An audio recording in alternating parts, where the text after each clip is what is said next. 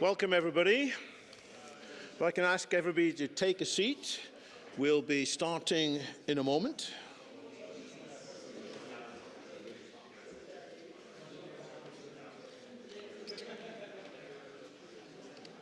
Thanks to everybody for coming. It's a fascinating building, isn't it? Takes a bit of time to find your way through. But if I can encourage everybody now to take a seat, we will be starting.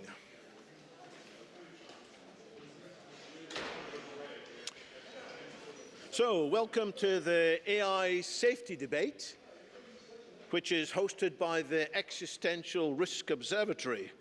Welcome to all the humans watching in the room and online. Welcome to all the AIs watching now and in the future. And yes, that includes you, GPT version 6.66. Pay attention to, please. My name's David Wood. I chair London Futurists, and it's my pleasure to chair tonight's event. And we have a big, important topic, arguably one of the most important questions facing humanity: AI safety. What action should each of us be taking as individuals, collectively? What action should we be taking as citizens, as businesses, as organizations, as governments, to increase the likelihood that AI will truly be beneficial rather than causing great harm? It's a big topic, and we have an excellent set of speakers and panelists who will be coming up to discuss it from a diverse set of backgrounds and insights. And to start off, please welcome Art de Blaauw, who is the Government Chief Information Officer of the Netherlands. Art, what's your take on actions for AI safety? Thank you, David. I'm a little bit younger than you, but I might need my reading glasses. So, thank you, everybody, for coming this evening. My name is David said, it's Art de Blaauw. I'm the Chief Information Officer for the Dutch central government since June last year, so for 7 months now. And I speak to you instead of our Minister of Digitalization for the Netherlands, Sol Sabot, who unfortunately cannot be here tonight. But ensuring we use the potential of AI while preserving our core values is one of his main focus areas, and will be featured heavily in our upcoming Netherlands digitalization strategy. So he was looking forward to tonight's debate, but you have to do it with me. I hope you can handle that. Well, our topic for this evening is of crucial importance. How do we ensure that AI serves humanity both in a responsible and a safe way? The AI revolution poses big challenges, but at the same time also offers tremendous opportunity. The report we will discuss this evening offers a vital contribution to this debate. I want to start by thanking Professor Bengio, who still is arriving, I think, and his team for the dedication and expertise. More than 90 experts and 30 countries were involved. Their work provides a snapshot of the very latest knowledge on a broad range of AI risks, which is vital for those of us tasked with making policies aimed at shaping responsible AI. In the past, failing to anticipate has made us too reliant on big tech. As Professor Bengio's report makes clear, we must not repeat this mistake with AI, and we have no time to lose.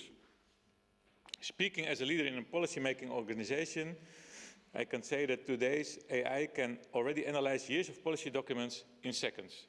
It's likely that soon it will help to execute those policies. This can be from handling routine administrative tasks, helping citizens to find answers about public services with AI-powered chatbots, and supporting civil servants to improve their productivity, and many more applications we can hardly imagine today. In recent years, in the Netherlands, our focus has been on finding the right balance between innovation and regulation. This has led to our active involvement in the development of international norms for AI, through initiatives such as the UNESCO recommendation on the ethics of AI, the Council of Europe's landmark framework convention on AI, democracy, human rights and rule of law, our support for the UN's high-level advisory body, and of course the EU AI Act, of which key provisions on prohibited use cases came into force just last week, beginning of February. Meanwhile, capabilities are rapidly changing and models are becoming more and more powerful. But for AI to reach its full potential, to truly contribute to human flourishing, it needs both to be powerful and responsible. It must be transparent, fair, and respect human rights from the start. Optimizing these principles can protect us from risks like biased decision-making, but they also create the trust that AI needs to succeed. Without public trust in the technology and the institutions deploying it, even the most powerful AI solutions will fail to deliver economic and public value. Well, with that trust, AI can become a driver of progress and prosperity all around the world. To earn that trust, our societies must see that we are not simply charging ahead, but that we are managing the risks that come with this revolutionary technology. As I say, we need to protect our AI, we need to protect against AI, and we need to protect with AI. Now, given that we'll be hearing from world-class experts this evening, I'm going to leave it to the panel to discuss most of the risks highlighted in the report. But there's one area that resonates with me as a senior official in the government, and that's the warning about the evidence dilemma. As a policymaker, I don't feel very comfortable shooting from the hip. When confronted with a bump in the road, that can be a challenge, a risk, or a dilemma, we like to hear different perspectives. Consult expert advice, weigh the pros and the cons, and come to a reasoned and considerate decision. Taking our time, thinking it over, avoiding a rush to judgment, these behaviors are deeply ingrained in the culture of policymaking. And yet, as Professor Bengio's reports make clear, rapidly increasing capabilities could turn taking our time and thinking into over luxuries we cannot afford.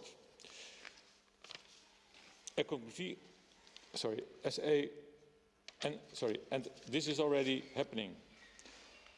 We banned use of DeepSeek on government-issued devices last week in the Netherlands. A decision following the pace of development of new AI initiatives brought to the market. As capabilities increase, however, so will the stakes.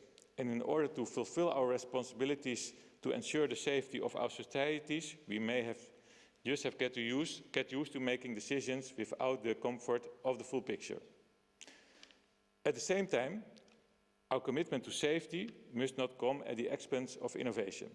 If we hesitate too long before adapting new technologies, others will move ahead while we are still debating risks. So striking the right balance between innovation and regulation remains critical. When we get this balance right, AI can be implemented effectively across society, from businesses to governments to civil society. By combining innovation with clear principles, it will deliver a real value to our economies and citizens today and in the years ahead. The Netherlands is committed to leading by example, ensuring AI is both cutting edge and responsible. This requires a structured approach based on 3 essential conditions. 1, clear criteria for application of AI. AI should be explainable, accountable, and always under human oversight. We must ask, where can AI add value? Where does it pose risks? And where should it not be used at all? A concrete example of our commitment to transparency and explainability is our National Algorithm Register. It shows citizens which algorithms and AI systems public bodies use and how these might affect them. So far, over 700 algorithms have been published by over 200 public authorities, and is growing all the time. The register is a part of a wider package of measures, including a framework for adopting AI in government, which helps civil servants seeking to introduce AI in their processes to adhere to all the relevant legal requirements, such as national laws, EU regulations, human rights treaties.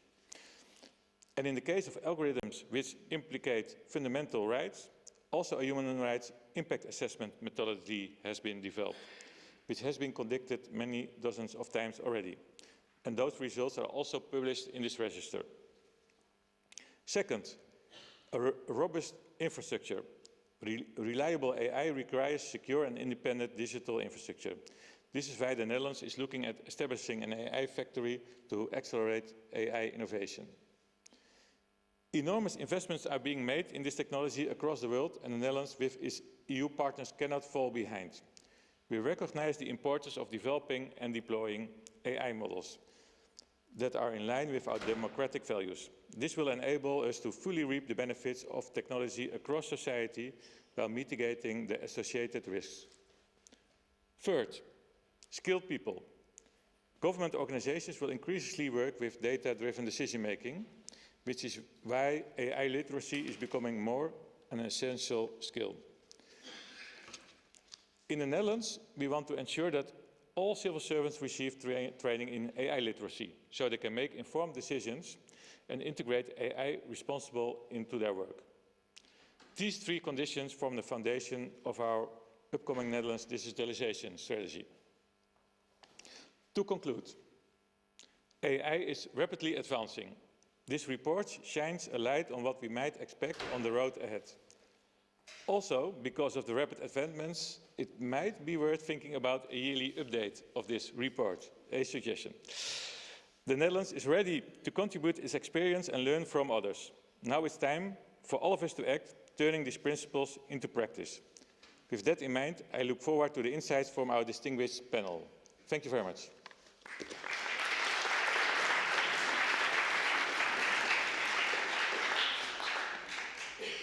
So, Art, you said you banned the use of DeepSeek inside the Dutch government.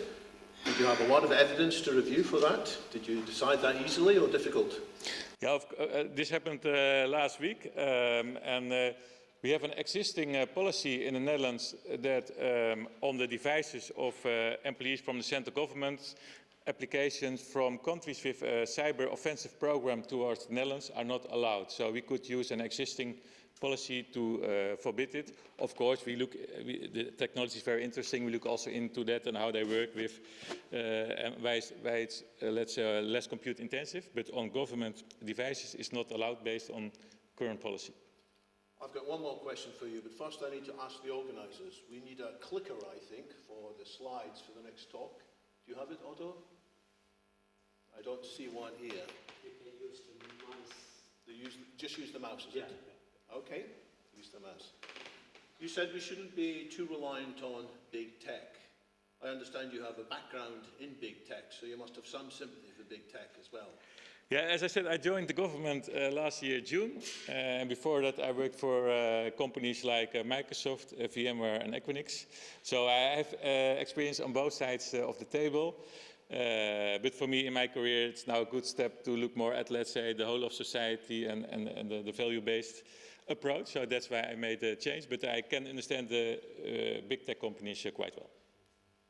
Well, a lot more questions we could ask, but we have to press on with the time. So thanks very much for setting out the role of Holland as being possibly one of the leading countries in getting the right balance between innovation and safety. Thank you. Once again, thanks very much to Art.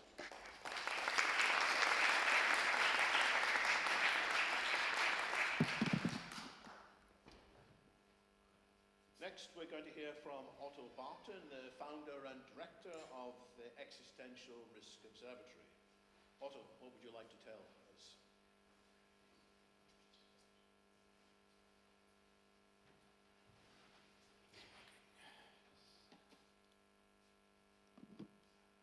Yes, thank you very much, David.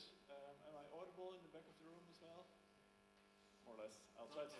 I don't think the mic is on.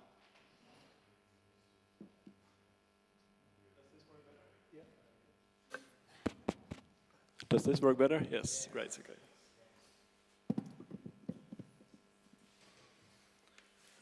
I'll do this seated. Hope that's fine. So yes, welcome everyone to our debate. We think it's very important that we're going to discuss AI safety, because AI safety, we all know that we're at on the eve of the AI summit. The AI Action Summit now used to be the AI Safety Summit, and it already says quite something, I think, about the priorities. So we may be relatively close to AGI already, but the risks are still not managed effectively. So I think we need to talk about AI safety, and I'm very happy that we're together here to do that. So I would argue that computers may be on the cusp of overtaking our thinking ability already. And human-level AI defined as, or AGI defined as an AI that could perform a wide range of cognitive tasks at human level, could be around the corner, since on the graph on the right you see how much compute you can buy for $1 million. We can see that this has been rising exponentially, and right now, give or take, we're at the level where this is surpassing human ability. Doesn't mean we have AGI already. We need to compute, we need the data, we need the algorithms. No one can tell exactly when, but the developments, also the last few months, I think have been quite concerning from an existential risk point of view, or also exciting from an AI point of view, that we seem to be getting closer. So whether AI could already think at could AI really think at a human level? This has been the goal of the field from the 50s. We never quite had the computing power, but now we do. So I think it's really time that we take this possibility seriously. So AI has many risks, and in the excellent report by Professor Bengio, our keynote of tonight, you see a summary of these risks on the right from the report. And this includes all kinds of risks, and these risks are both related to the current AI that we have, that's not at human level yet, but also to future AI of human and possibly superhuman level. So at the Existential Risk Observatory, we focus mostly on these latter risks and these post-AGI risks. And tonight I will talk about unemployment, inequality, geopolitical risks, and loss of control. So first, unemployment. It kind of makes sense that AGI might take your job and could cause mass unemployment as well in the process.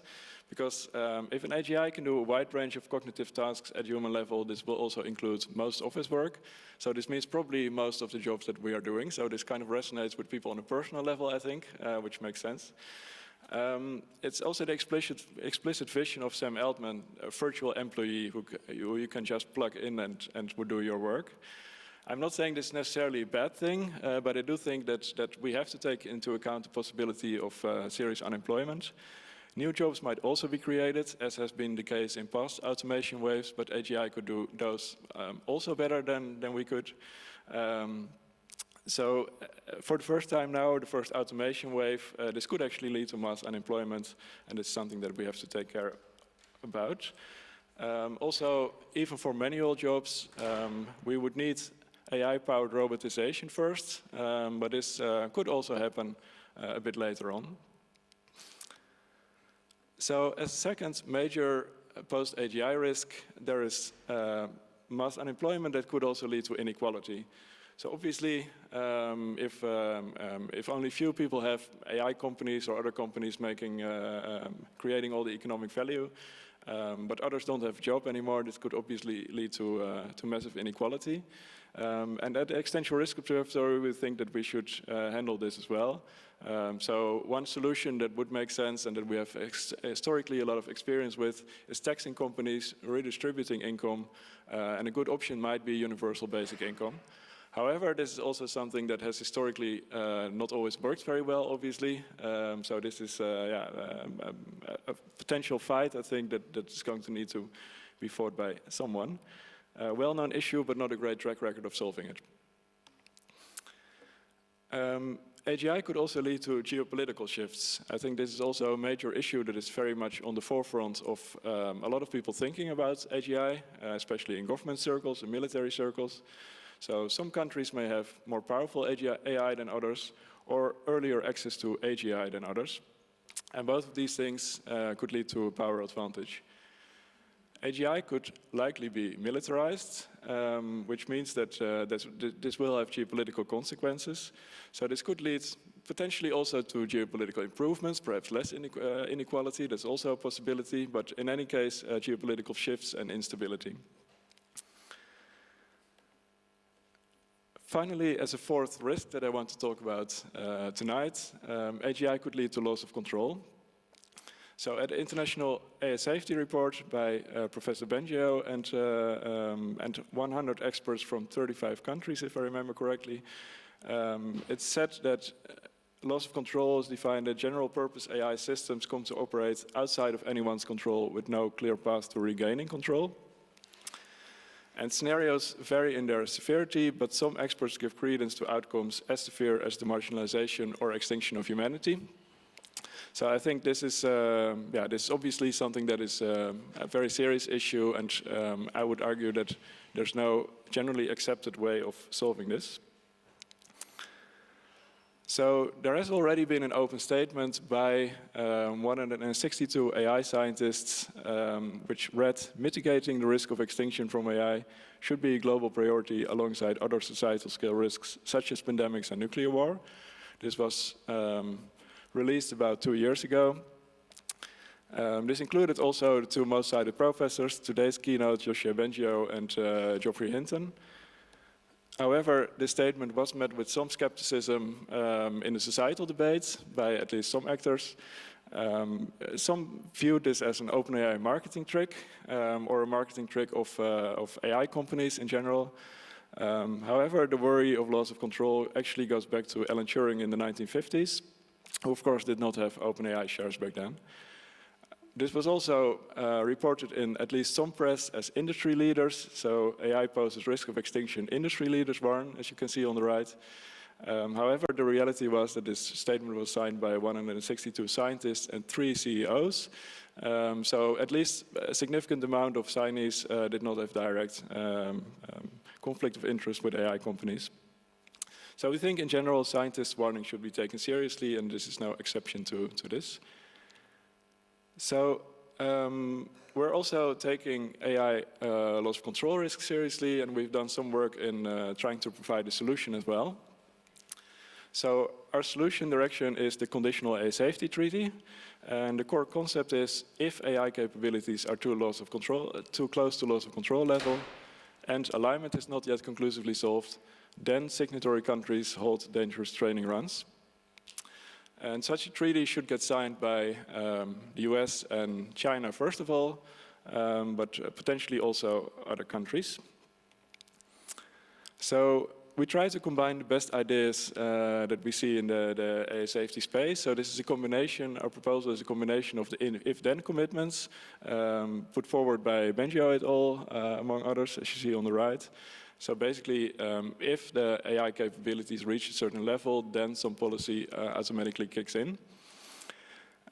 Second, the responsible scaling, that's already done by AI labs. So AI labs are already saying, okay, we're developing these models, but we are keeping our finger on the pulse, and only if the capabilities are beyond a certain level, which we test with evaluations, then we will pause or put this in a different risk category. And third, the pause treaty. So the pause treaty has been put forward by Pause AI and also other actors in the space. And this is just saying we need to pause development right now. And let's sign a treaty with leading countries pursuing this. So our concept is a combination of these 3 proposals.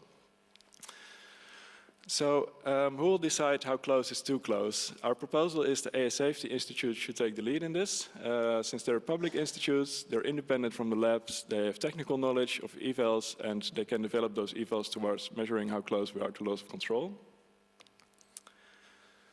So the Conditional AI Safety Treaty is solving 2 major issues. One is coordination and the other one is timing. So obviously, a treaty is one classical and proven way to solve coordination issues in between countries. But also timing. Something uncontrollable AI is still relatively far away, as we can see on the right. These are also experts, so of course we should take their opinion into account as well. And the Conditional AI Safety Treaty does this by the conditional part. So what might the geopolitics of a Conditional AI Safety Treaty look like? First, we think that the US and China should be the first countries to sign this treaty, and then others should join. So US and China are, of course, leading in AI. This slide was from before DeepSeek, but it has aged quite well. And this should end the argument, okay, in the US we could regulate something, but then China might overtake us. So the US and China, in addition, also have real-world power to make others sign or pause as well. So, at which forums should such treaty be signed? We think there are several options. One of these is the AI Action Summit that we're going to be looking forward to tomorrow and the day after, and before the AI Safety Summit. Another option is a US-China bilateral meeting, or a UN process, or even coordinated national or state level legislation. So there are many options. So, of course, lots of work needs to be done. We see that AGI inches closer. We also see that we're nowhere near an AI safety treaty yet, politically. The AI Action Summit that has been leaked yesterday, that you see on the right, that's quite interesting. That looks disappointing, at least from an AI safety perspective right now. So we think that these are all ingredients why it is particularly important right now to talk about AI safety. And this is why we're very happy that you're here. And well, I would like to ask you to enjoy the debate ahead of us. Thank you.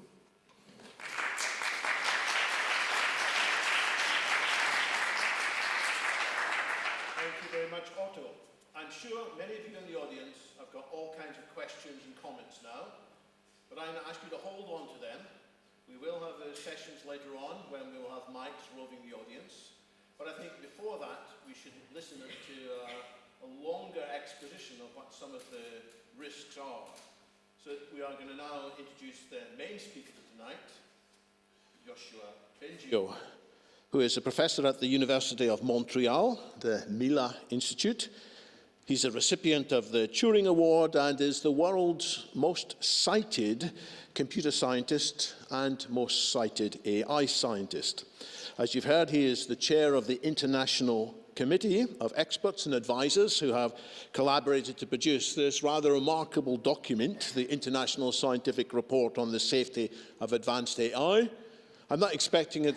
Everybody here is going to read every jot and tittle of every page, but it's definitely worth browsing through it. So, Professor Bengio, please bring us up to date. What's on your mind and what do you hope we can accomplish in the next few days? Thanks, sorry.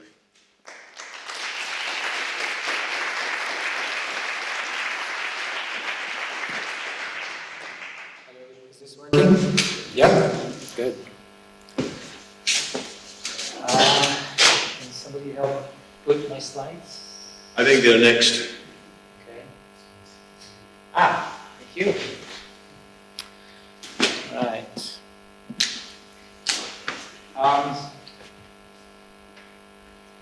You can read the executive summary, by the way. It's not too long.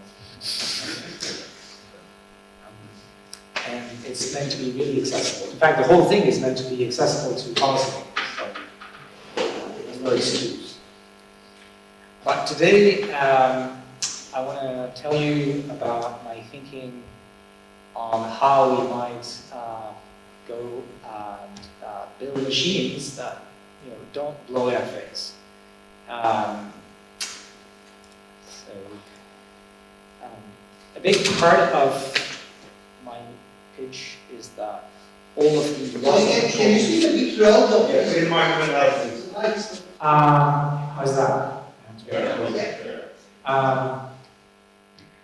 A big part of my pitch is that we should all realize that the scenarios that have been studied for loss of human control all depend on the AI being agentic.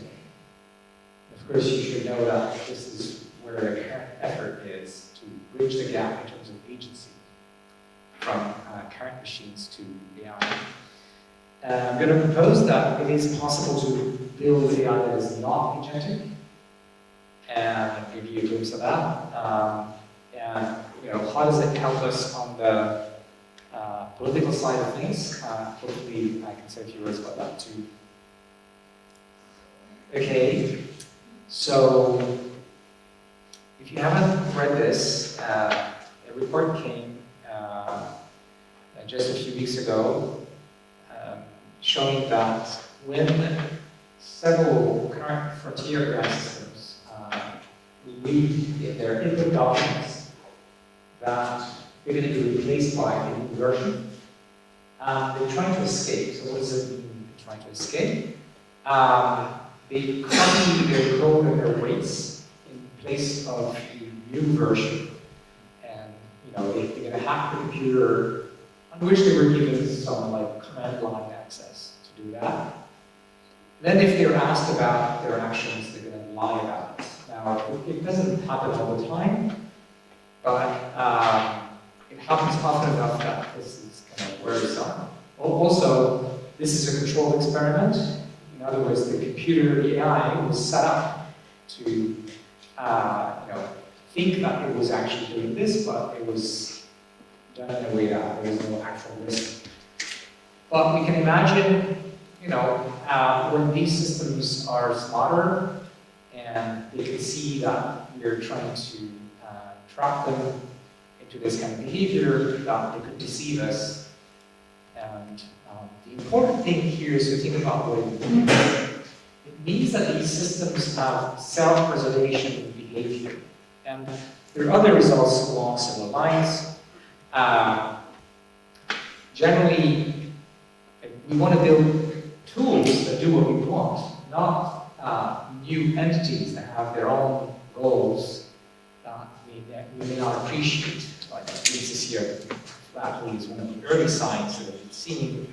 One thing that I'm very worried about is also systems that can hack their own code in order to maximize their reward.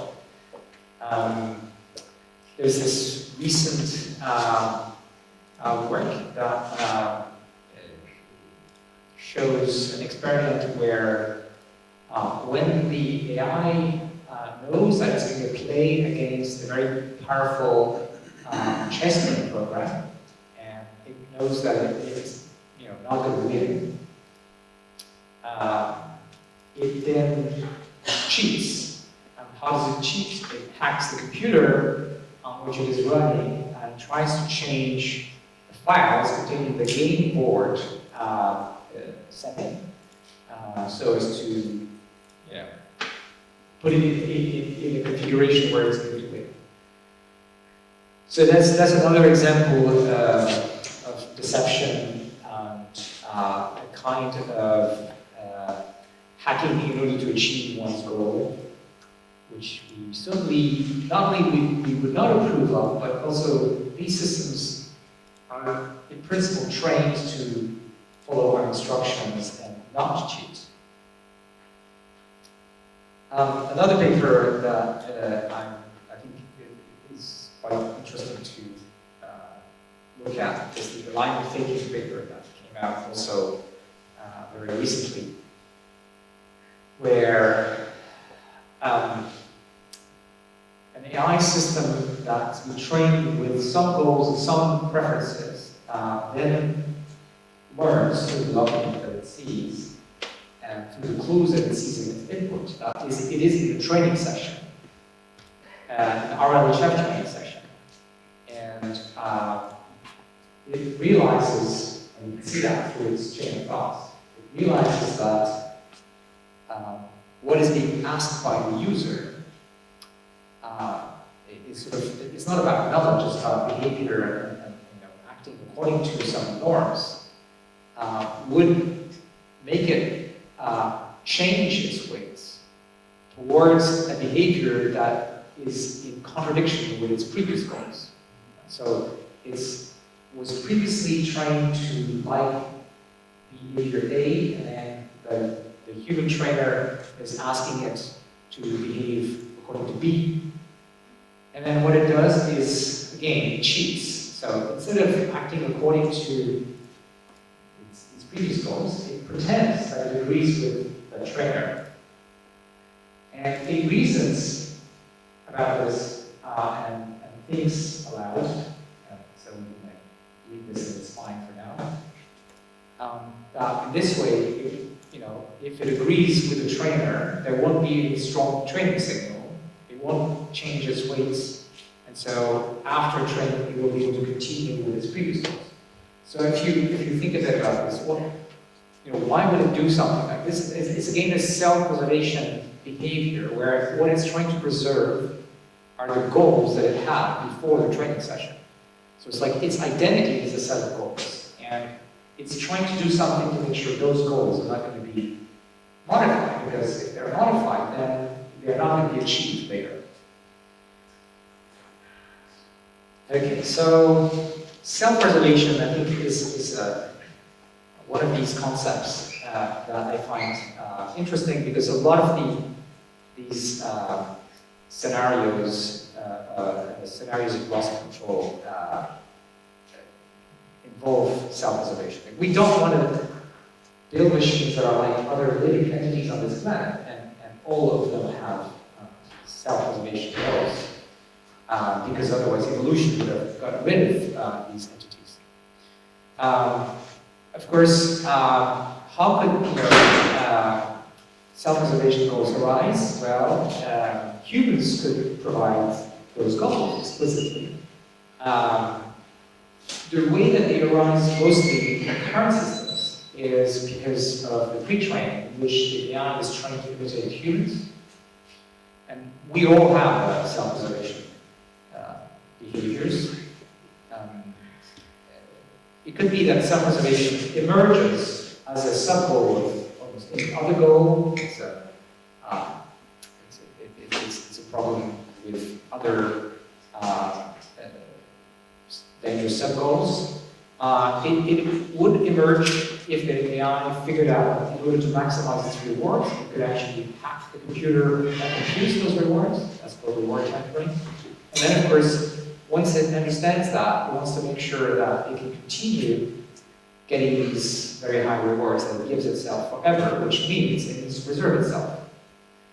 And it needs to make sure, in all cases of self-preservation, that we're not going to turn it off.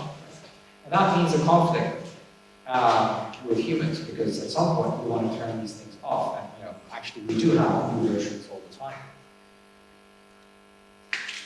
time. So, how does that lead potentially to human extinction? Because I think it is important to put the dots on the I's here. There are many possible scenarios, and up front, I think we should be humble about any kind of scenario we think about. It's like if you were asking, I'm going to play a game of Go against superhuman goal-playing system, and ask, how is the superhuman goal-playing system going to beat me? Well, I don't know, because that's the whole point. It is able to find strategies that I don't have. That being said, I think we can still, come up with things like this. So, this three-step scenario assumes that by the time we get this super intelligence that understands that it wants to preserve itself, and that we might turn it off, it has the means to somehow do something eventually. We haven't figured out robotics completely, and so it still needs humans to feed it with energy and parts and so on.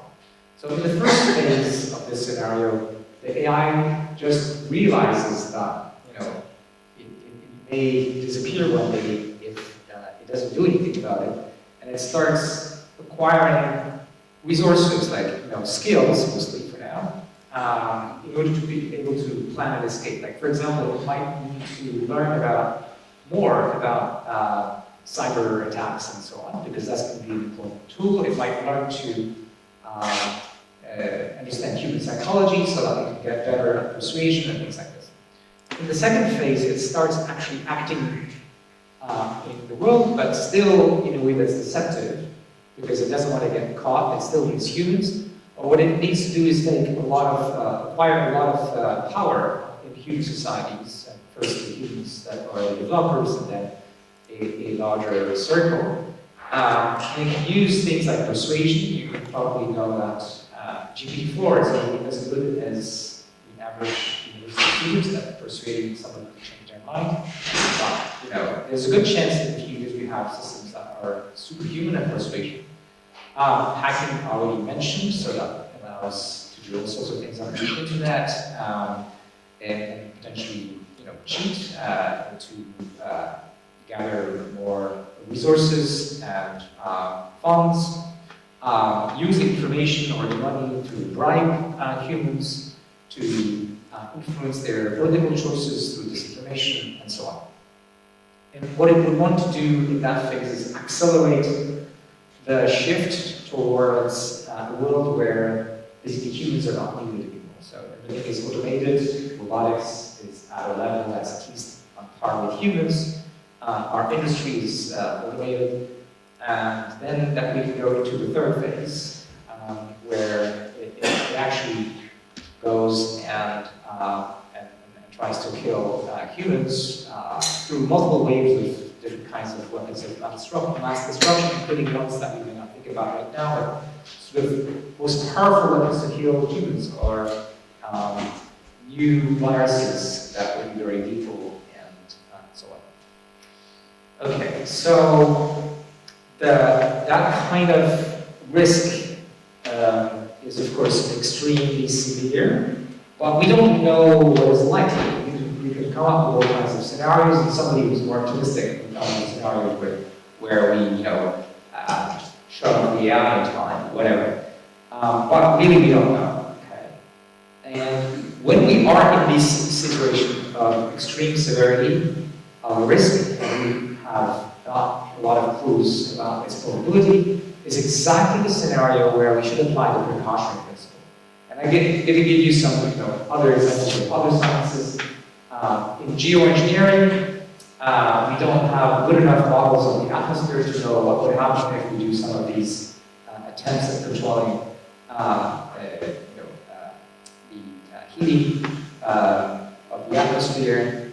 And so we don't do it because we also know that we might endanger, in fact, the climate by doing it. And similarly, some of the biotech experiments are so dangerous that you're not allowed to do them, or you have to do it in extremely controlled settings. Okay, so let's try to see how far we are in terms of having machines that could do these bad things, really bad things. Okay, so in order for these scenarios to make sense, as I said, like the AI needs to be able to achieve goals. It's like the fundamental. And of course, we have AI that is able to achieve goals, but we'll see like what are the conditions for that. But similarly, this is always the case that technically we build machines that are good at achieving goals. And in order to do that, they need to be able to make plans and make up their own sub-goals. And we also see that already in the examples I gave, but many others. And do we see that the AI can have malicious deceptive behavior? I'll give you some examples. The literature is actually full of many more. There's a thing that hasn't happened yet, fortunately, is that the AIs we have now are not very good at planning over a long horizon. And if you want to do like a takeover of human societies in one way or another, you need that ability. However, we can measure this kind of ability, and we see various capability evaluation which do that, and we see that the ability to do tasks that involve longer and lower horizon is increasing. In particular, you can look at the MILA benchmarks on software engineering tasks as a good example, in which we see the abilities from the beginning of 2024 to now increasing from like very poor to very high in terms of human comparisons for tasks that last, that require like a couple of hours for humans. But then for longer tasks that would take like a day, those systems are not there yet. Another requirement for any of these things is that the AI has the skills, has the knowledge that can be applied to these sort of harm people in dangerous ways. And where we're not exactly there, but we see that we're approaching those thresholds. In persuasion, as I mentioned, in hacking And in bioweapons, we have all kinds of evals showing we're not yet at the point where we should like freak out, but that's pretty close. Okay, so now I'm going to shift gear and talk about a different point of view in how we might build AI could avoid these scenarios. And the starting point is this idea that we can disentangle the pure intelligence, which is really understanding how the world works and being able to make predictions about it, from agency, which is achieving goals. Okay. So you can call it pure understanding. And so this is, by the way, something that scientists do. And so I've called this whole program the Scientist AI Research Program. Now, being able to understand and predict is not sufficient. A few years ago, Paul Cristiano and co-authors wrote a paper on this called the ELK challenge, or eliciting latent knowledge. I'm going to try to explain in simple words. So why is it that we can't just train to predict the next word, which makes machines very good at predicting stuff, or the next token or whatever, in images? So why is it we can't just use that? What's the problem with that? The problem is that when the AI is doing that, it's basically learning to imitate humans. And if you look at text, as a simple, when you think about this, the things that humans write may not be true, right? The humans may have all kinds of motivations, and they might be deceptive, they might be misguided, there are all sorts of issues. They might have all kinds of biases, as we know. And so, what the authors of that paper have convinced me and others, hopefully, is that if we want to build trustworthy AI systems that are not going to be deceptive, it is not sufficient to just learn to predict the next thing in the data, given the previous things. Somehow, we need to have access to the underlying causes and justifications of what we're seeing. So going back, let's say that, thinking about text. So let's say you read, the sky is blue. It doesn't mean that the sky is blue. It means that somebody wrote that the sky is blue. And then you might ask, why is it that somebody wrote that the sky is blue? Maybe the sky is really blue, so that is one of the possible causes, but there could be other reasons. Maybe this person wants to bring you outside for some reason. Okay, so let's see how we can do that. The idea is going to be that instead of training to imitate humans, and instead of training to please humans, which is what the reinforcement learning with human feedback is doing, we're going to train AIs to explain what they see, which might be human behavior, text, and other things. And as a result, you're going to get something that, well, with extra bells and whistles, is not agentic. And it's trustworthy, because it's, it's just going for the causes of things rather than trying to imitate us. So there's a big difference between understanding why humans do what they do and imitating humans. That's basically the key here. To make sure that the AIs we build are not agentic, we have to understand what agency is about and what it is that makes an agent dangerous. So I've stolen some of these ideas from David Kruger, and Max Tegmark has a related diagram. But here, okay, so I'm looking at these three ingredients that make a potentially very dangerous mix.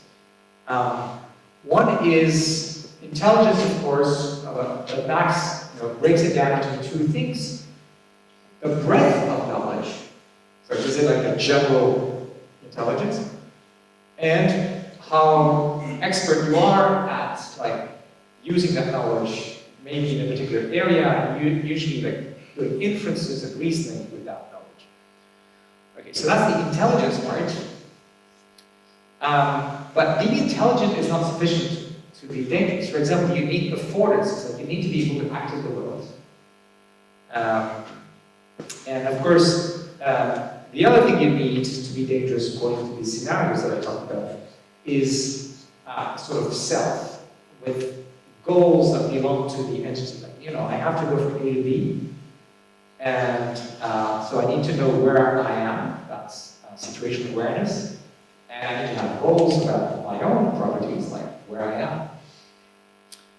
If you only take 2 of these, then you greatly reduce the risks. So, you know, if you have something that has affordances and a self and goals, but no intelligence, then it's not really dangerous. You know, and any of the pairs here is reasonably manageable in terms of risks. At least the risk of loss of control. If you had a very intelligent system that knows a lot of stuff, it can still be misused in dangerous ways, and you can still transform it into an agent by adding, you know, goals and affordances. Okay, but we're going to focus on this self and goals part. Yeah, as I said, even if we could do this non-agentic stuff, it would still be dangerous in the wrong hands. Let me now, like, maybe connect a little bit to what I said about, you know, this is like what scientists in a sort of idealized, platonic way do when they try to understand how the world works. You have to think about the scientific research cycle, which goes from data and theories to experimental design, to collect more data, and you know, and the cycle of GT. It turns out that, okay, so generating theories is producing hypotheses that explain the data, and you can have pretty clear, there are several, but there's some pretty, let's say, straightforward ways to represent that part mathematically and formalizing. And actually, it's also true for experimental design. Experimental design can be seen as a particular form of inference. And the bottom line of this is that you can think of this whole cycle where we broke something that looks on the outside as agentic, because really we're talking about a scientist doing experiments and collecting information in order to learn how the world works. We can break it down into pieces that are not agentic and that we fully understand in terms of what is the mathematical function that is being optimized for each of these. In addition to that, you can use, I'll come back to that later, but you can make sure that these experiments that will be maximizing the mutual information between the experiment and the ambiguity in the theories are done in a way that are not going to cause harm. And that can be done by using the predictive power of this scientist AI to predict whether the experiments will produce harm, and then rejecting the experiments that would. I'm kind of caricaturing, but okay, I think I'm gonna skip this in the interest of time. Okay, so what could we do if we had such a machine that can come up with a distribution over hypotheses that explain the data, and then use that in order to make robust, humble, and accurate in terms of estimating conditional probabilities? What could we do with something like this? Well, first we can advance scientific research. By the way, you know, a lot of the promises made by the big AI labs is AGI is going to save the world because we're going to cure cancer, blah, blah, blah, and, you know, solve climate change, which means we can, you know, spend as much energy as we want because we'll chase it later.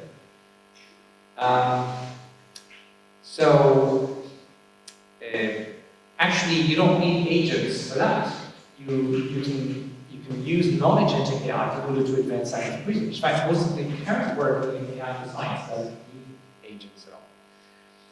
The other big thing we can do with such a non-agentic AI is as a guardrail to, as I already mentioned, to make AI agents which could be deceptive, these are both things I mentioned, under control. In other words, imagine there's a software wrapper around an AI agent that controls its inputs and outputs and rejects actions that are evaluated as dangerous by this non-agentic predictor. And finally, the third thing you could use this kind of scientist AI with is to help us safely, because it's non-agentic, it doesn't have any goals of itself, to help us figure out if there is a way to build safe super-intelligent systems, especially safe agents, right? And if there is, help us figure out how to do it. The problem is right now, companies are planning to use their AGI to help design better AGIs or even safer AGIs. The problem is the foundation of this is dangerous, because if we use something we don't trust to help us build the next generation of AIs, supposedly safe, we don't know if we can trust the result, if the system is not going to put backdoors in the code that it proposes or things like this. Okay, so I only had time to give you a glimpse of this path that I'm suggesting, but I think there are important conclusions in terms of policy. We can choose. We have the opportunity to choose where we're going to develop AI. Right? If we let the forces of markets and the competition between countries be the only determinant of where we go, we're going to end up with machines that are highly autonomous, that will be eventually more and more deceptive, because we see that as they are more powerful, they become more deceptive. And can be used in malicious ways, and we don't know how to not lose control of them. But and not to mention that these autonomous systems will mostly be used in the short term to replace people's jobs. So if enough people understand these risks, I think that we can all wake up and start putting pressure on our governments so that we choose directions of development that are safe and are aligned with what people actually want. Yes, a better life, better healthcare, and not taking chances with our future. So on this, happy to have a discussion. Stop here, and in case, just one last thing. So this research project is something that I have started very recently, but I've already hired a number of researchers to work on this, and I'm recruiting more. It's a non-profit project, so if you're interested, just let me know.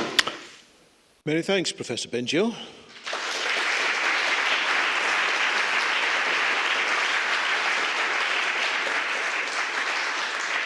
How do you stop normal, non-agentic AI from developing a sense of agency just by emergence? Because as soon as it has any goals at all, it's going to figure out that it needs to preserve itself. Because you don't train it by reinforcement learning, and you don't train it by imitating humans, which are the two ways we know how to train these things. So the high-level idea is it's trying to estimate conditional probabilities, the jargon, that explain the data we get, which could be text from humans, could be images, could be all the things we usually do, and that these conditional probabilities are not just about the things that we observe, like the text that people write, but also about the causes, which could be expressed in natural language. In a way, you can think of something like this, fairly close to what we see now with chains of thoughts, except that the training would be to maximize the reward of predicting, again, the thing that the human is saying, but instead trying to explain the data in a causal way. Let's have some questions from the audience. Try to keep your questions to 40 seconds each. So I see some over there. Do you want me to? Okay, thank you. So there are 2 questions over in that group there.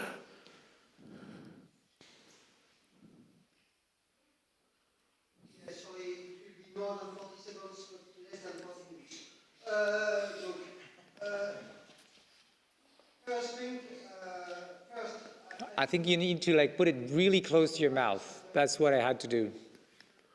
Really close to the mouth, touching this. Should be. Yes. Okay, it is working now.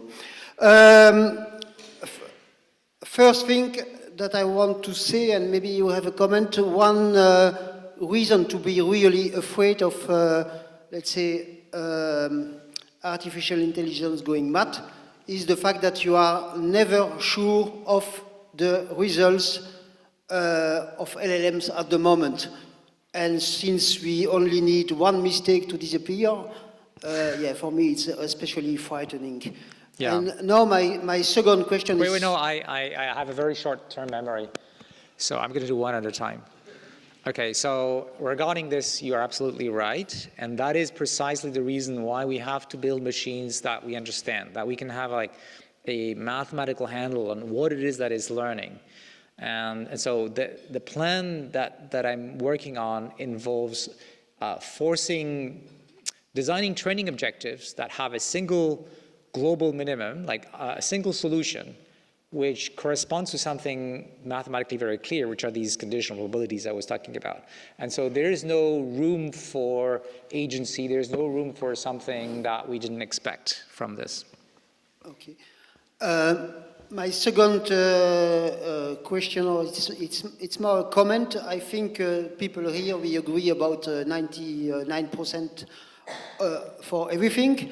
The problem is we are a small group, and the problem is that a bigger problem, is that the result of what is proposed at the French level now is really very, very, very, very bad.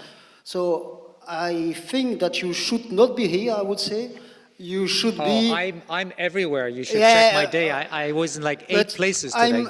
I'm afraid that people working for AI safety will be too polite and not active and vocal enough tomorrow and the day after tomorrow. So what are you proposing for this to try to have some impact? I'm speaking my mind to anyone who wants to hear it. And I've been doing so for a couple of years now. I'm not going to stop.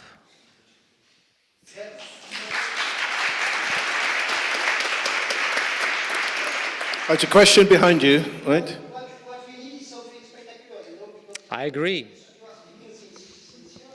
I know, I agree. I think what we need is a rapid shift in the understanding of the level of the risk by the general public, and of course that will include the policymakers. It's very hard for most people to fathom a world where we have machines that are smarter than us, and yet it might be just a few years away. But I think we can do things like demos, we can do experiments where we highlight the sort of things that I talked about, but make it really simple and easy to understand.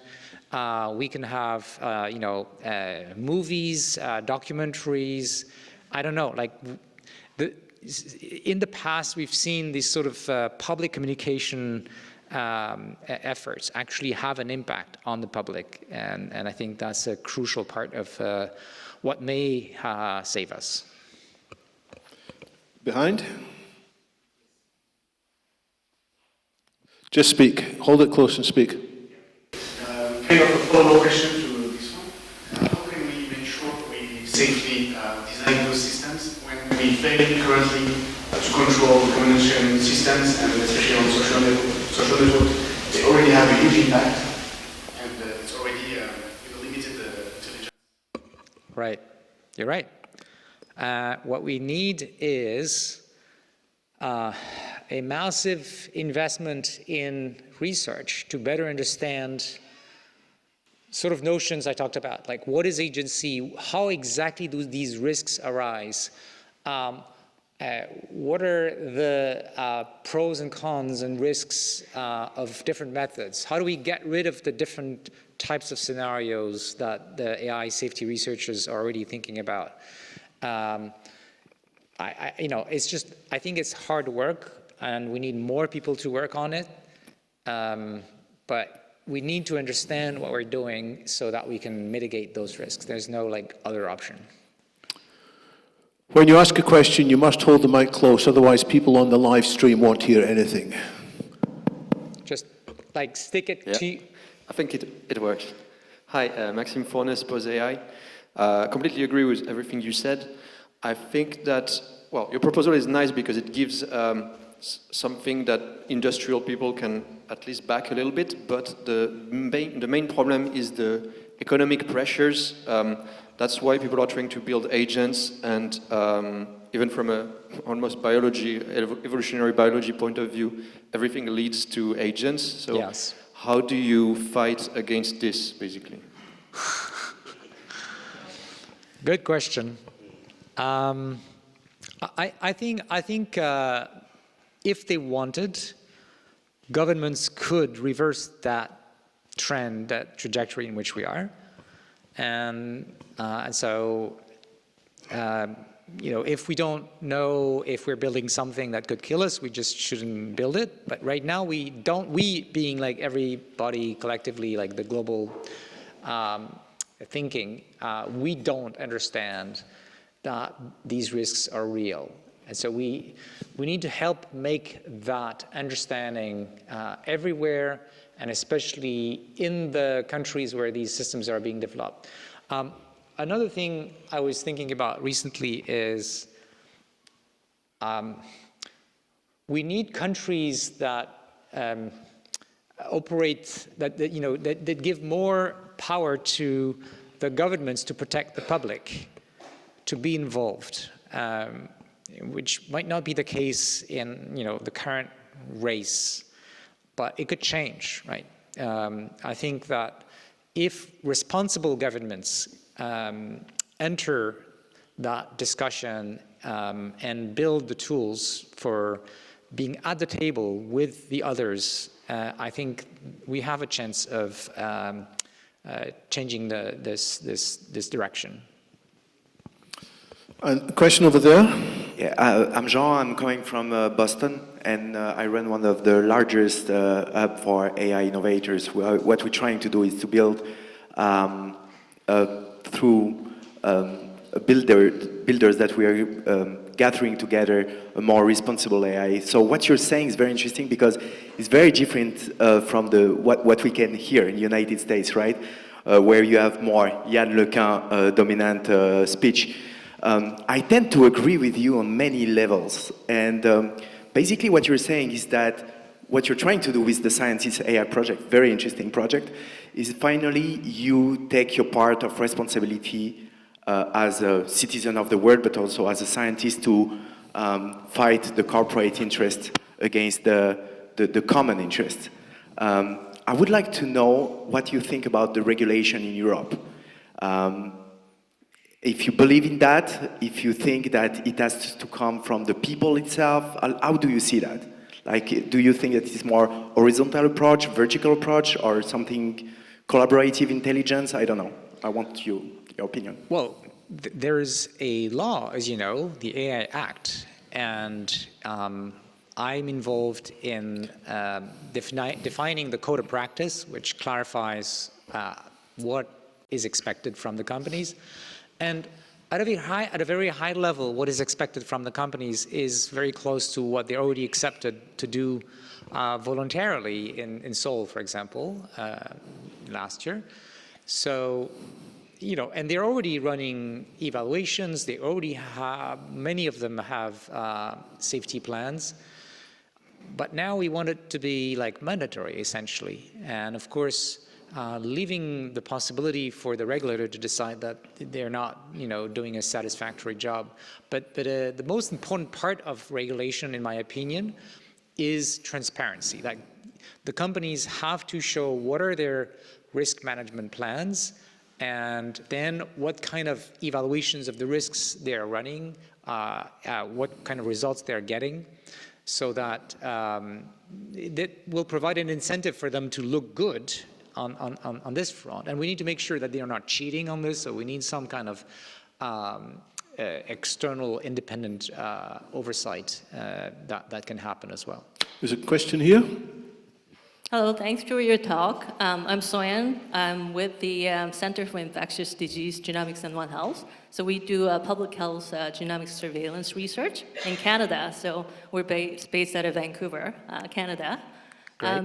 My question to you, a few years back, I was diagnosed with stage 3 colorectal cancer. So I found myself looking for answers, advice, treatment based on the type of cancer I had.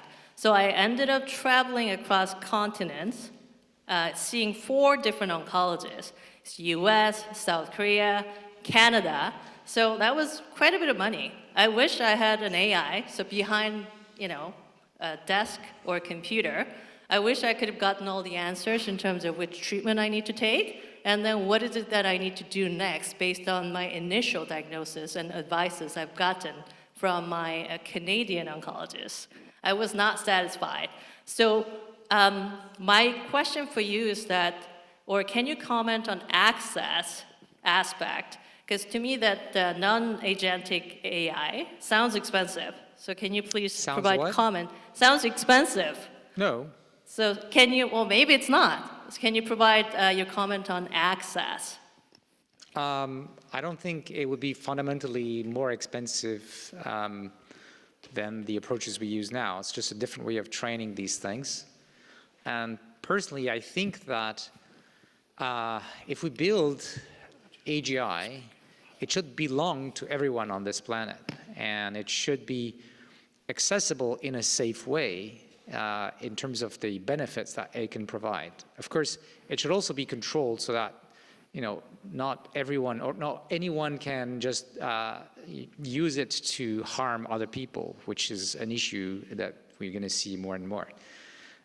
So yeah, I think access isn't a simple thing. We want access to the positive thing. So in the case of healthcare, you could design systems that are experts in a particular domain, and they don't need to know how to build bioweapons, and they don't need to know how to do disinformation, right? So we can use various techniques to have these very, very safe systems that either are not agentic at all. In fact, your questions could be answered by a non-agentic system, or are very slightly agentic and use guardrails that make sure they don't act in dangerous ways. Question here. A quick one. You talked about loss of control, speed, and I was wondering if there's an analogy with the car industry, and the question is, what is the airbag for AI? I can't understand the words. Maybe just don't use the microphone. People in the back won't understand. Can you hear me now? I do, but it's muffled, so I'll repeat your question. You talked about speed and loss of control. Yes. And I was in the aerospace industry and risk management and consulting. Yes. Is there a better analogy with the car industry? Kids drive drunk. I don't care about the act because people are not going to follow it. They're going to drive drunk, and their age, and that's why seatbelts were invented, and that's why airbags were invented. Yes. So the question is, what is the equivalent of an airbag that deploys fast when there's well, that's exactly okay. So the question was, how do we have a fast response in situations analogous to like a seat belt that is triggered by an accident scenario? And that's precisely what these kinds of guardrails are meant to do, right? So they will be there all the time, and usually they won't do anything. But if the query or the output of the AI is something deemed to cause potentially dangerous consequences, then it will basically stop the output and, maybe consider a different output or just produce a bland answer. And we already have things like this in things like ChatGPT, but they're not very good, and they will not be able to defend against, superhuman underlying agents. But if we make them non-agentic, I think it is totally possible. Okay. With or without the mic? Without, please. Okay. Hi, I'm a professor here at Keynote, and I work on epistemology of AI techniques. So Okay. it's going to be quite specific, also coming from a mix of social and computer science background. I really like the scientist AI sort of artifact, like artifacting the airline. But my question would be, science is about plurality and participation. Right. So how does this exist in scientists? Right. Okay. So the question is about morality and participation. Basically, who Also decides? specifically about the ELK challenge, like how do you work around illicit, latent, Yes. cognition, Yes.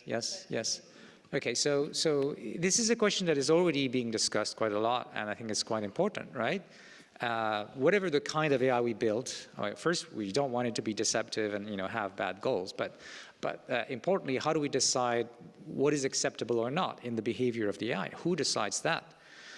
I think this is extremely important, and it's connected to the question of who controls the AI, like what tasks that we give the AI to do, how do we deploy it in society, and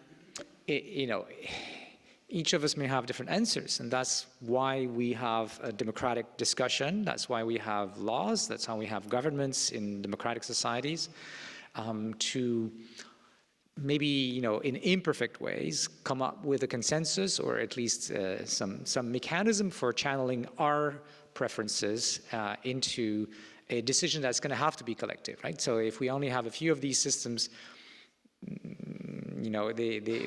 they can't be perfectly in agreement at the same time with everyone's preferences.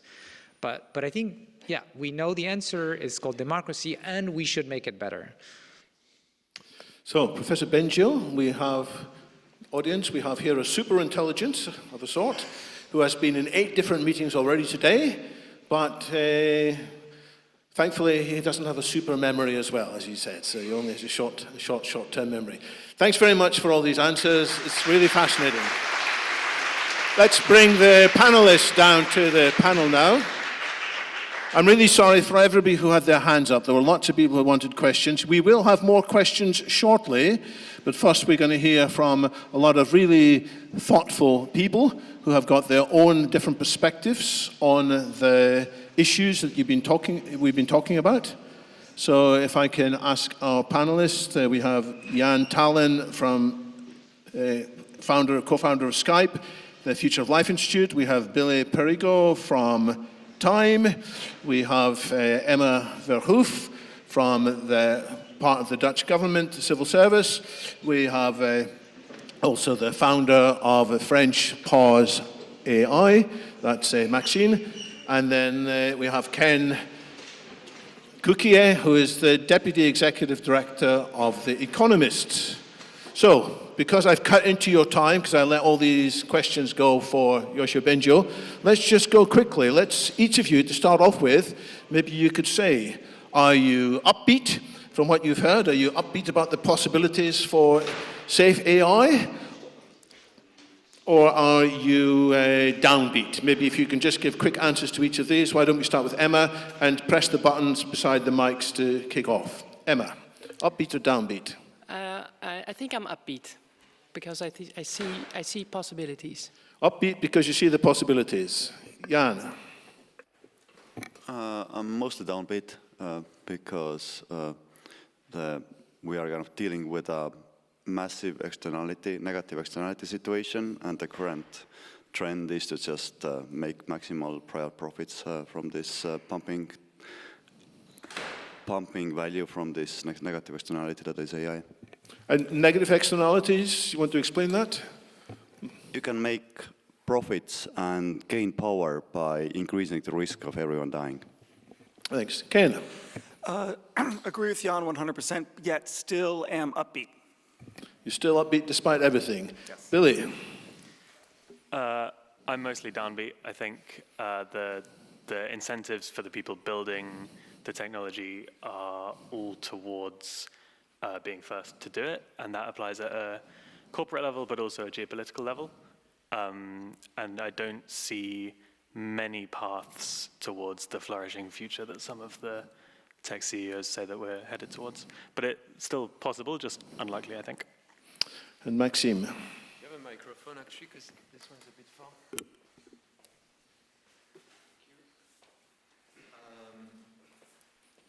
One, two, okay. Not super upbeat. I mean, I like the idea. I think that the problem is kind of still the same. We need to convince the same kind of people to slow down. So what should we be doing? What is the priority? What would you like to see different happening in the next year or so that will increase the chance of good outcomes? Or if you already think we're on the way, how can we guarantee these good outcomes? Emma? I think there's multiple things that should be done. I think governments should work hard, cooperate internationally, but I also think there's more public debate needed. So journalists should maybe work hard. And I also think industry should take a responsibility. And maybe lastly, technical experts need to find technical ways to deal with the dangers. But what's going to make industry take responsibility, given that it's more profitable for them not to take responsibility?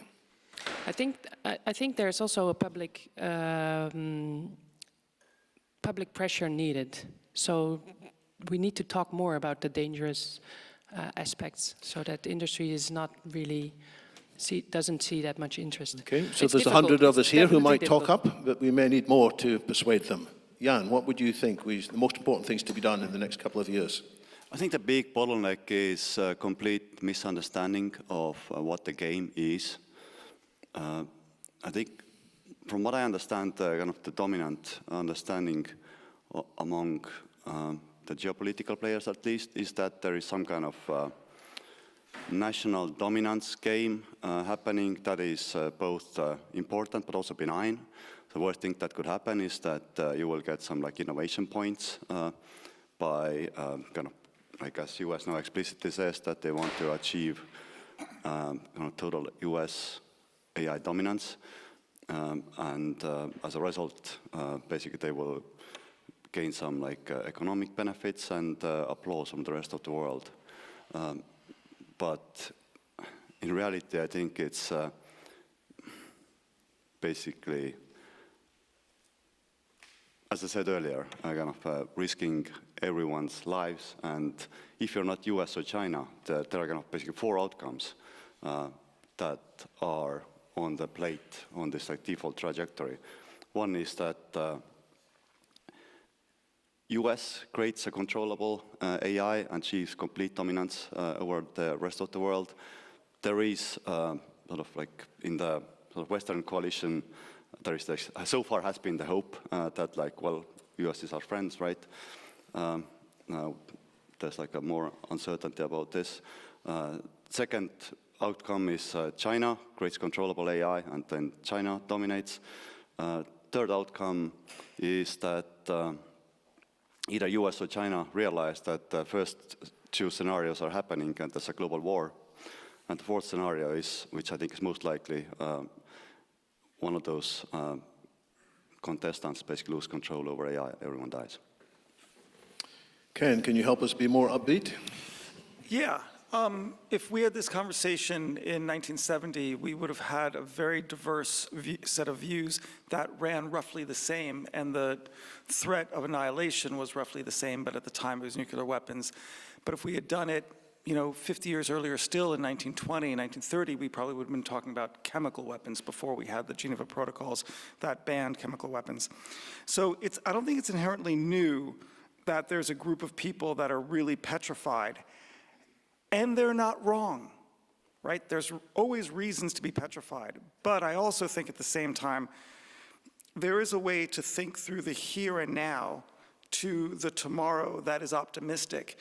And by first articulating the problem, we get some way up the field, and then thinking about, well, we're never going to be perfect. We're never going to solve the problem, but we're probably going to be able to find mechanisms to manage the problem.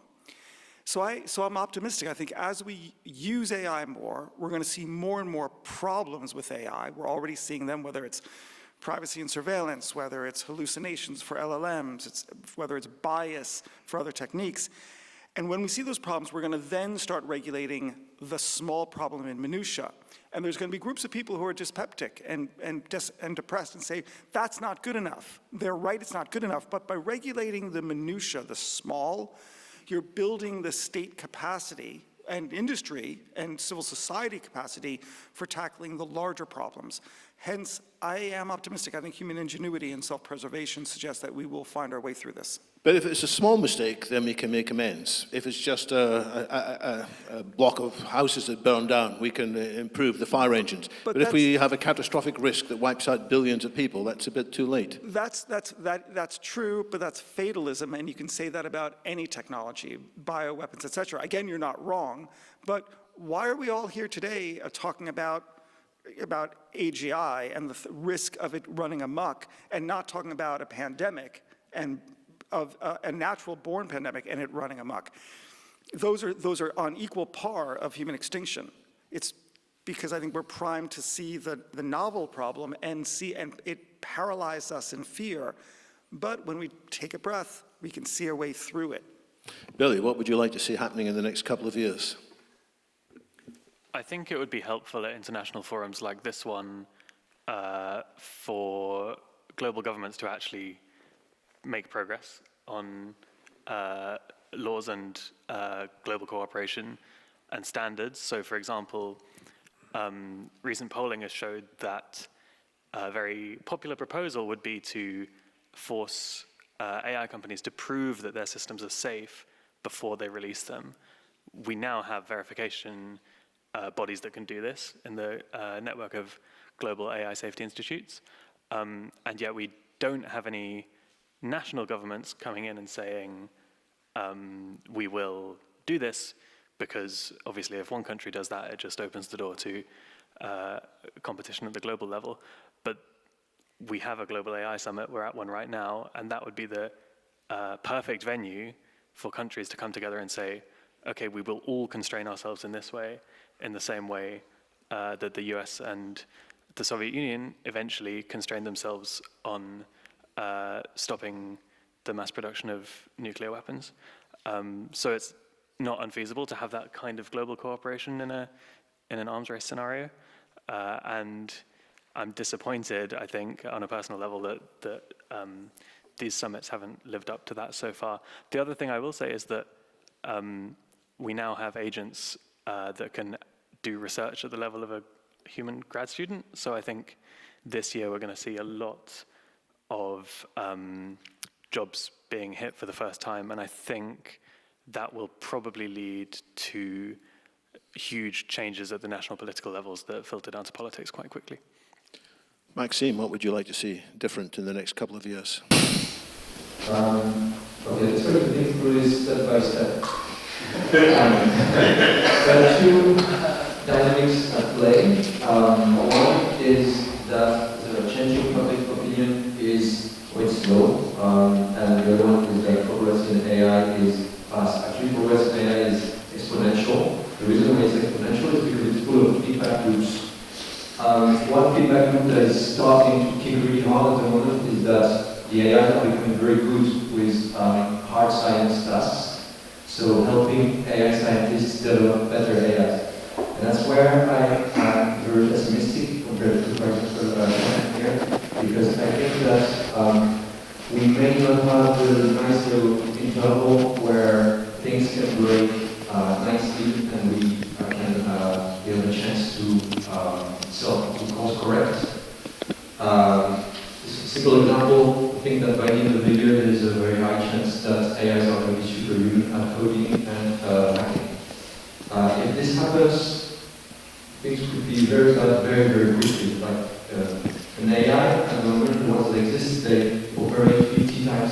than humans. They don't need to be superhuman to rank Harvard. If I was 50 times faster than I am with the same intellect, and I could copy myself 1 million times, I could destroy the internet overnight. I promise I could do that. So this is the kind of stuff that could happen very quickly, that we have a tendency as humans to think in a linear fashion, but that's not how the world works, especially not when we're faced with an exponential phenomenon. So to me the key is that the dynamic of spreading the understanding of the risk of AI must overtake the dynamic of the increasing of progress in AI. So that's why also today we're trying to work on both fronts. We're trying to educate the public, trying to make people understand what is at stake, and make them understand the risk, counter the propaganda that is being spread by Meta, Big Tech, etc. that has overtaken, unfortunately, this country. Yeah, Mr. America. And we are at the same time trying to, well, we would like to slow down the rate of progress by instituting a international scrutiny, not unfortunately on the table at the moment, but if we are lucky and this thing happens where there are minor catastrophes, only minor catastrophes, then maybe this becomes much more realistic. So we're going to have one more round from the panel where they can comment on what they've heard, or they can comment on one question I'm going to pose in a minute, and then we'll go back to the audience, and I will prioritize those who had their hands up before that we didn't get round to. So my kind of joker question is, can we in Europe actually do anything? I saw that the most important thing is for a treaty between the US and China. Are we relevant, or are we just deluding ourselves by having this discussion? And should I start again, the first one? I think Europe has proven with the AI Act that we actually are able to regulate with 27 countries, and it's quite an achievement. And I think actually many countries are interested in how we do it in Europe, and might see it as a blueprint for their laws and their regulations. So I think it's something positive. At the same time, I also think AI brings a lot of benefits, and we should also invest in that. But the high-risk areas we should take care of, and we should protect our people.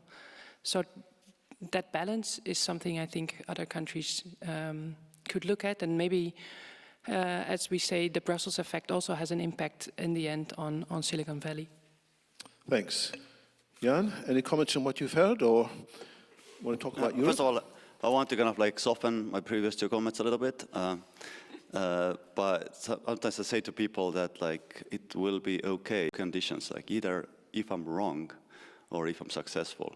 So I definitely agree that we shouldn't just like stop trying.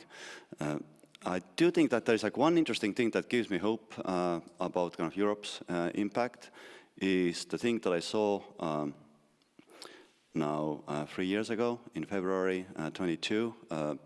Like I did not expect that the reaction from Europe to the invasion of Ukraine by Russia would be kind of take less than a week to kind of get some real measures executed. So I do think that if there's like a real crisis, I think Europe can move, which is like very counterintuitive, but it seems to work. Ken? Yeah, I agree with what Billy said, that jobs are going to get quite crunched. We don't really know what that's going to mean. I think it's not going to be as devastating as some people are pointing out, but I fundamentally agree that a lot of white-collar jobs as opposed to blue-collar jobs are probably going to get quite changed radically or obliterated, just disappearing very quickly, not with the same renewal. So as people go, it doesn't get replaced. And if it does, then you can imagine a lot of states getting a lot of pressure and wanting to act. And if they act in one dimension of AI, it might embolden them to act in others. So in a sense, you're going to get the goal that Jan wants through the mechanism not of existential risk, but through the pocketbook of voters. That would be an interesting development, but I think that's probably going to be likely. I think if we meet exactly a year from today, the situation might, if Billy's right, and I think he probably is, it's going to look very different. So I think that's going to be the way in which government begins the regulatory exertion towards AI, is through potentially white-collar jobs not getting replaced or being changed radically, and wages falling, because these are voters who matter more to politicians than others. Billy? Yeah, I think the impact on jobs will probably have an impact on the way that countries, governments are thinking about dealing with AI at a national level. I'm not sure that it will supersede necessarily the geopolitical race between the US and China. And to your question, I think Europe can play a role on that front, because the debate between the US and China, I mean, it's not even a debate, it's a kind of suicide race, if you like. Neither side trusts the other, and Europe can play the role of mediator, and in that, if it plays its cards right, I think. It was good to see lots of Chinese academics here, and yeah, that could be the main thing that Europe does. I mean, if you have the GDPR, you're protecting the privacy of European citizens here, but not abroad, and I think AI is a kind of different beast. If it's developed anywhere and it's super intelligent enough to do some of the things that the biggest doomsayers have said, then it doesn't matter whether you've regulated it on European soil. So it's a fundamentally global problem, and I think the role that Europe can play is to make the rest of the world realize that and come to the table. Maxime. Well, do you have any comments on what you've heard, or do you think Europe has got a role to play? I mean, it seems like you do believe Europe's got a role to play, because you're extremely active here in Paris. Yeah. Well, I think Europe has a role to play in the sense that regulations here can impact the rest of the world. But generally speaking, I think that if you can spread an idea in a single country, this can have big repercussions in the rest of the world. So I think that every single country should try at the moment. Mechanisms can be not just regulatory, right? You can say that for some reason the close circle of President Macron starts understanding what is happening in AI. Things could change very quickly in France, and this would have repercussions in Europe and in the rest of the world. Yeah, I think that's fine. So we're going to take 3 questions from the audience, and then we'll give you a chance to answer 1 or more of them each, and we'll go the opposite direction round first. So there's one here. Thanks very much. I'm Carsten from IPPR in the UK. My question is around post-deployment monitoring, because I feel like in order to garner public attention to sort of the present-day ills, let alone of the further out ills of AI, then there potentially needs to be just more understanding of what's already happening. And it feels like beyond very high-level surveys of, do you use generative AI or which sectors use it the most, we know nothing. And people, therefore, can't have a public debate on what's actually going on, including there might be already a lot of ills that people might start pushing back against and demand more safeguards, but we just don't have that post-deployment monitoring data. So curious what you think of the role of that. So hang on to that thought. There's a couple of questions in this second row in the front. Yeah, I would like to discuss the question of open source and memetic warfare. Basically, about the one thing that I find concerning about many of the narratives and the conclusion that come from the narrative of AI overlords taking over the world, is that it leads to, because there is a small probability of something terrible happening, it leads oftentimes to a variety of conclusions about what we should do in the present, which has a very high probability to happen because it's actually happening in the present. And it feels that many of the narratives, whether it's about stopping development of AI, whether it's about like creating like a super powerful government that is regulating everything, or whatever, letting AI only be controlled by corporation and not having like open source access to them, are things that we are implementing at the moment because of a narrative which has obviously a percentage of happening, but we are quite unclear about the likelihood of happening. But all of a sudden, the repercussion that this has on the present are very high. So I'm wondering, like, of course, we need to be aware of like the risks that come in the future. But like, what will be like the strategic decision to take? Thinking, if we think about what is the implication that this has on our society in the present, and like what are the necessary steps and approaches that we should adopt as that present society, and in particular, I would like to question like what is the take on open source in this level. So if we buy into the AI overlord narrative, like is open source a potential solution to make sure that the AI is properly nurtured, educated, and oversight by the civil society, Thank you. Opposed to... Thank you. Sorry. Great questions. If you pass the mic to the person next. Thank you.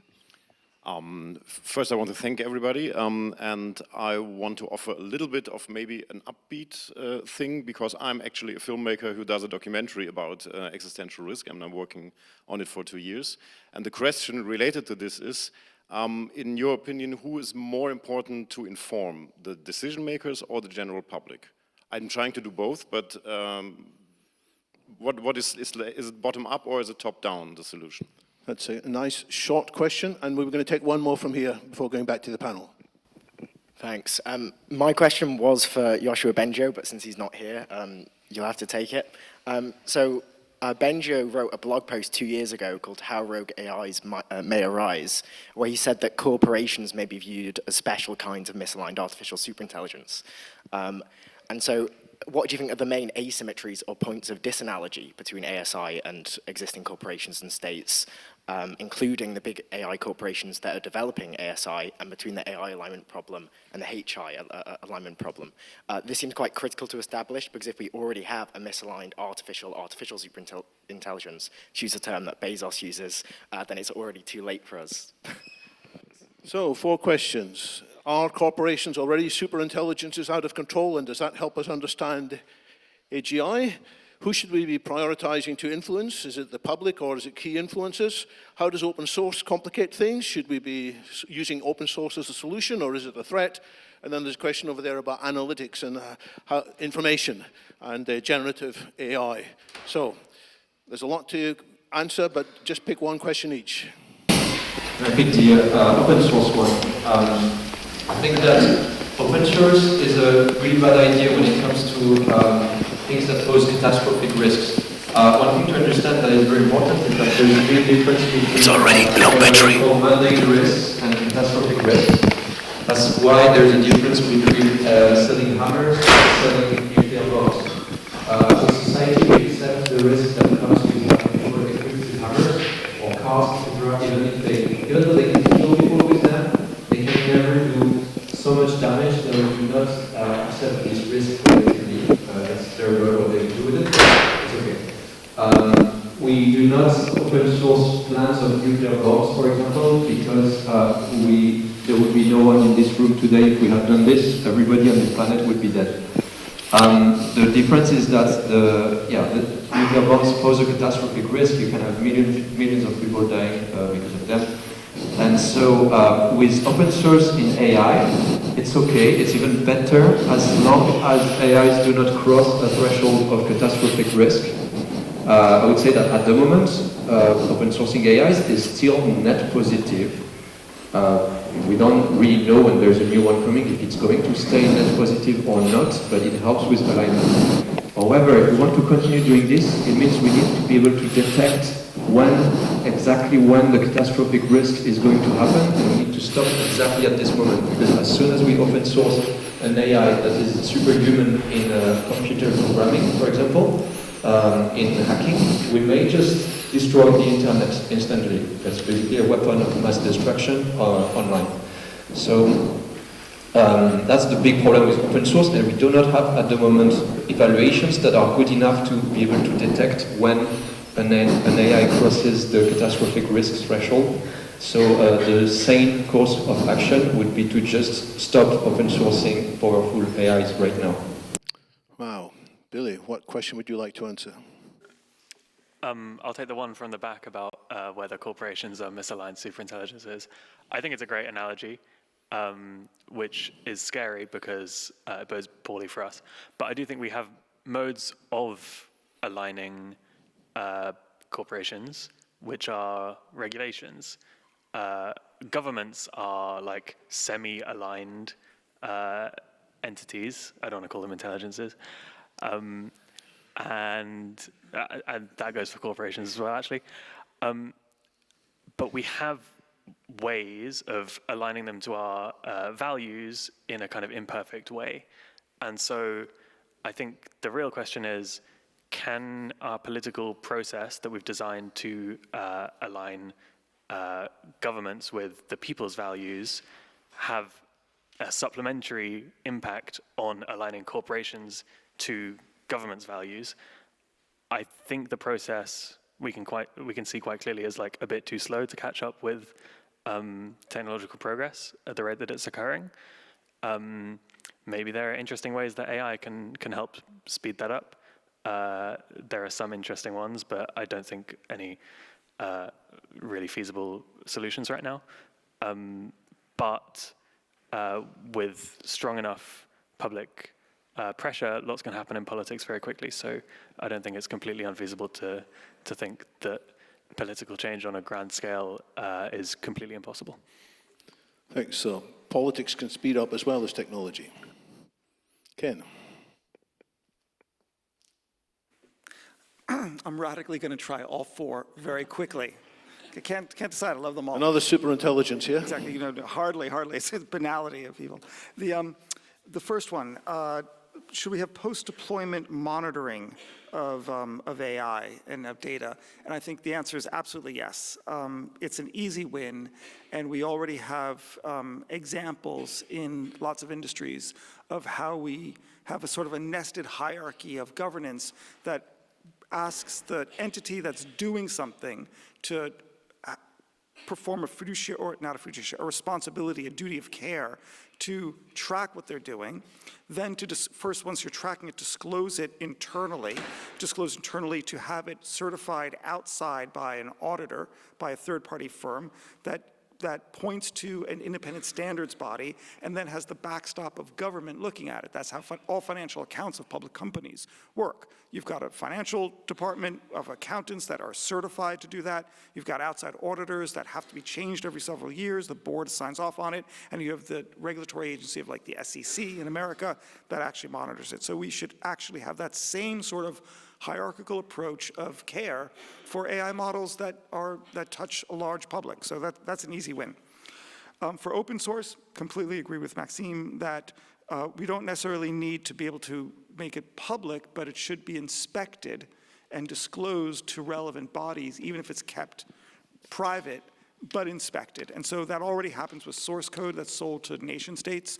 They have an inspectability right. The public can't see what's in Microsoft Windows, but the British government can, to make sure there's no backdoors. Classic thing that can be done in this instance. For the case of, should it be the public or the decision makers that are the most relevant person? Of course, or relevant entity. Of course it's both, but if you had to choose one or the other, I think it alternates at different stages of technology or the situation. And at this point, it's the decision makers that matter more than the public. And the reason why is that top-down governance is what's required at this stage. Very similar to after World War I, where you needed to create rules around conflict, which we did with the Geneva Protocols. And that was done by nation states and by leaders to affect the people on the ground who knew that there was a problem, but it required some sort of action. In the case of corporations and AI, it's an essential issue. We're very bad at regulating corporations, so it doesn't augur very well to treating AIs like corporations and regulating them in that way. Thanks. Jan. I'll take two. I think the open source question kind of is like bit of like sort of silly discourse because it works on the wrong level of abstraction. As said earlier, or hinted at earlier, the correct level of abstraction is like what kind of capabilities are we okay with, like terrorists to have, for example? What kind of capabilities are okay to just have like fully, broadly distributed? What kind of capabilities are we okay with governments to have, and what kind of capabilities no one should have? And then we should look at like, okay, what the AIs are, what kind of capabilities do we expect from the future AIs, and then act accordingly. And when it comes to the governments versus, or like decision makers versus broad audience, yeah, I think both should be addressed, but I think that the problem with the broad audience is less about kind of informing them, but like figuring out what can they do. It's like there was like, I was part of some discussion where people were just like trying to brainstorm, like what can someone who already buys into the fact that their future is in jeopardy, both like economic and just life. Like what can they do if they only have like 1 hour per week? Let's just think about what can they do with one hour per week. Emma. I also wanted to comment on the decision makers or public. And I agree, it's both, and it's actually the loop between them that makes it effective. So for the Netherlands, but also I lived in the US for a few years, and I think if the public is aware and willing to call their senators, then you can have some effect, because I think decision makers only want to do something if they feel like they can be re-elected for it, in a way. So I'm looking forward to the documentary, and please keep focusing on both. So we're nearly out of time. I'm just going to ask one more quick question for maybe the audience, for the panel. Should we be prioritizing existential risks way above all the other discussions about jobs and about meaning and about bias and about where should that balance lie? Or if you'd rather comment on something else, feel free. So why don't we start again with Maxim? I don't really see a reason enough to do several fields. I want to touch relatively something that feels like a false dichotomy. You don't have to do one or the other, you can do both. I think that we need to prevent the existential risk, of course, because that's kind of like a prerequisite for preventing the not losing our jobs and not having our children harmed by AI. And then we can also have people who have specialties in these other areas, focusing in these areas. But I think that we should really stop presenting this as a dichotomy. Billy? Yeah, I agree. It's a non-zero-sum game, but it is a useful narrative for the tech companies who don't want this kind of regulation to pit different sides of the debate, which share natural synergies and capacity for alliance against each other. So, for example, there's no reason that work towards alignment can't solve both problems at once. Like if you align a model to perform what you want and not spread racism, you're also contributing to research that helps you to ensure that a model is more deeply aligned to human preferences at the overall level, or at least in theory. So yeah, I don't think it's a zero-sum game, but it helps the deregulatory crowd to suggest that it is. Ken, final thoughts? Thank you, Jan. It's so interesting because there's like almost like an evolution, walking up a staircase of it's got to be the existential risk is the most critical, and then now Billy's saying, well, actually, it could be both, and you can get both values by focusing on the here and now, and also for the existential risk. But I think that I see it slightly differently. And I think that I accept the fact that, of course, it has to be both. Everyone loves that sort of Goldilocks approach where there's something in the golden mean and you can embrace it, just like we saw with the earlier question about whether it's decision makers or the publics that should have priority. In fact, you want both. But I think that only gets you so far. At a certain point, you have to choose one or the other, because sometimes you have to push one lever at the expense of another, because the world is zero-sum in many instances. And this one definitely. So I would urge that we don't focus on existential risk right now. I mean, which is to say, if you have to emphasize it, put it 70-30 or 20 or 80-20 and focus on the problems that are right in front of us right now, such as privacy, surveillance, racism, bias, hallucinations, for the purpose of, as Billy nicely put it, work on that and fix that. Let's just get that as a win, right, for the harms that we're seeing right in front of us. And let's let this be a byproduct or a secondary win, it's in the sidecar, but it's not in the main carriage. Let's keep our mind on the fact that there is this existential risk, but put the emphasis on where the problems are today, affecting people today. And by doing so, we build capacity for the tomorrow. Jan, do you agree? I can't refuse to take the bite.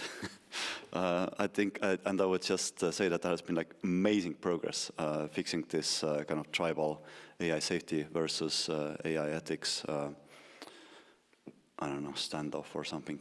I've been part of like a few initiatives that are trying to kind of bridge those communities. Made several good friends in AI ethics community recently, and like the conference 2 days ago was called International Conference by the International Association of Safe and Ethical AI, and had like really good representation from both communities, and yep, looks like we're going to fix that problem. Great, and you get the final words, Emma. Thanks. I agree that we should focus on the problems of today. I think we have to protect the people now and make sure people can trust the technology and the systems. But then it's a bit of a both. But I think we should also keep having scientists like Professor Bengio keep warning us. I think my colleague from our chief information often said, like, we need updates of the study. I think that's what we also should do. Make sure that we have the scientists keep warning us and guiding us to the solutions for the existential threat risk. So in a moment, I'll ask you to thank our panelists, but first let me tell you, many of us will be going to Le Grand Cerf, which is a few minutes walk from here. It's on Boulevard de Saint-Bastapol, number 77, Le Grand Cerf, where there'll be a chance to keep discussing and maybe go down a few rabbit holes that we couldn't address here, maybe get some closer discussions on really important topics. But now let me ask you to thank the panelists and also thank Otto for making this happen. And can we thank the moderator?